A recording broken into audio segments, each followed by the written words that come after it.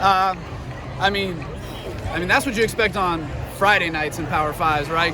Pitching staffs just going toe to toe, and you got to give a lot of credit to those guys. That pitching staff just went out and competed. But Connor and Chase, I mean, they're just, Nick had a great plan.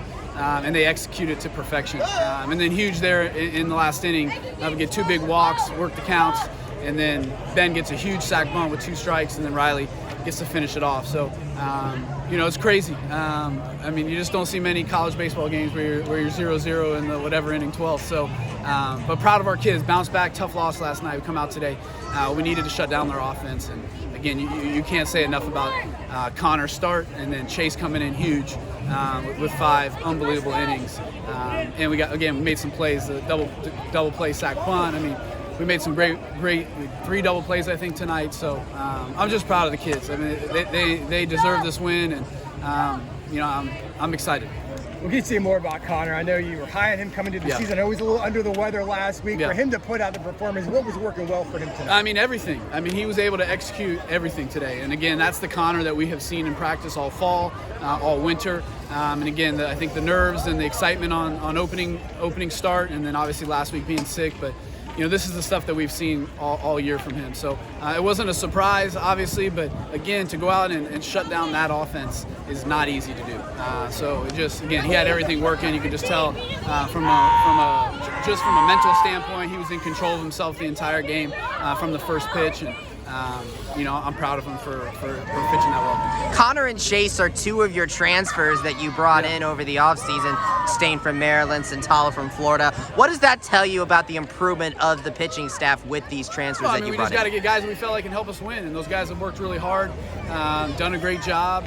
And again, we're just putting the guys out that we feel like give us the best shot to win the game. And obviously, Connor has earned to be the Saturday starter, and today we showed why. And Chase, we're sliding him to the back end of the bullpen tonight and letting him close, and goes out there and we forced him into throwing 3 more innings than we wanted to, but luckily he had been built up because we had been, again, swinging him back and forth between starter and reliever, and so he had been built up that he could throw that many pitches. So just the way the game, you got to take what the game gives you, and that's what it called for tonight, for him to go 5 great innings. So I'm proud of him. It was like just managing this game. Did it feel like a regional atmosphere? Everyone's putting up zeros, a tight game. Yeah. You feel like you had to win it. I know, it was crazy. It was just trying to get that guy on and try to move guys over and trust guys, and we steal second in that 1 inning, and they elevate a pitch. The perfect pitch to try to throw Jeffrey out on. The guy throws the ball 3 inches off the ground on the base. Everything, it was just a back and forth, the sac bunt, double play. It was just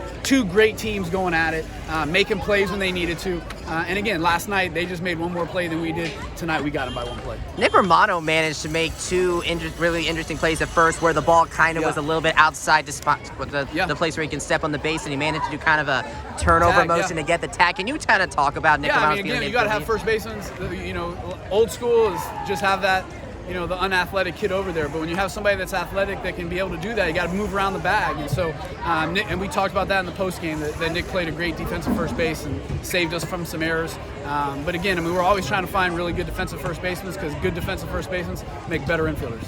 You said about Ben McCabe, 2 strikes, it's a clutch situation. You can't foul it off again. For him to execute on that one, to set up Riley, how big was that? Huge. I just trusted him. A guy that's been in our program for 4 years.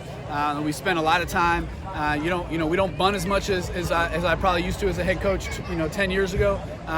But we work on it every single day. And a guy that's been through the fire and has been in those situations, I trusted him to get it down.